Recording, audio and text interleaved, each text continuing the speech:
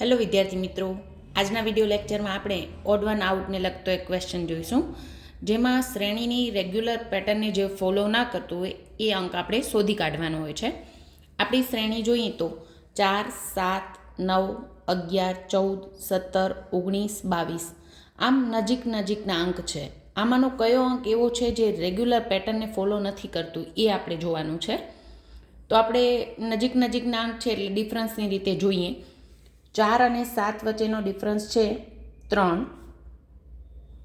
7 અને 9 વચ્ચેનો ડિફરન્સ છે 2, 9 અને 11 વચ્ચેનો ડિફરન્સ છે 2, 11 અને 14 વચ્ચેનો ડિફરન્સ છે 3, 14 અને 17 વચ્ચેનો ડિફરન્સ છે 3, 17 અને 19 વચ્ચેનો ડિફરન્સ છે 2, 19 અને 22 વચ્ચેનો ડિફરન્સ છે 3.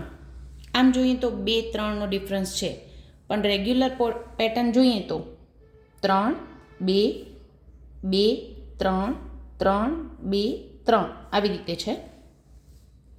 હવે આમાં તમે જોશો તો તમને ખ્યાલ આવશે કે અહીંયા 11ની જગ્યાએ જો 12 હોત તો આપણી જે ડિફરન્સની સિરીઝ છે એ કેવી રીતે થાત?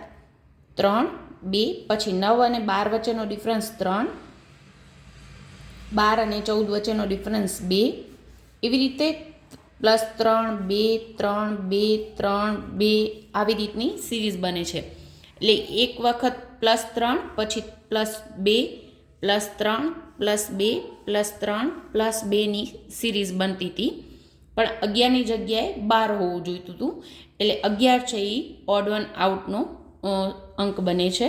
એટલે આપણો આન્સર છે એ.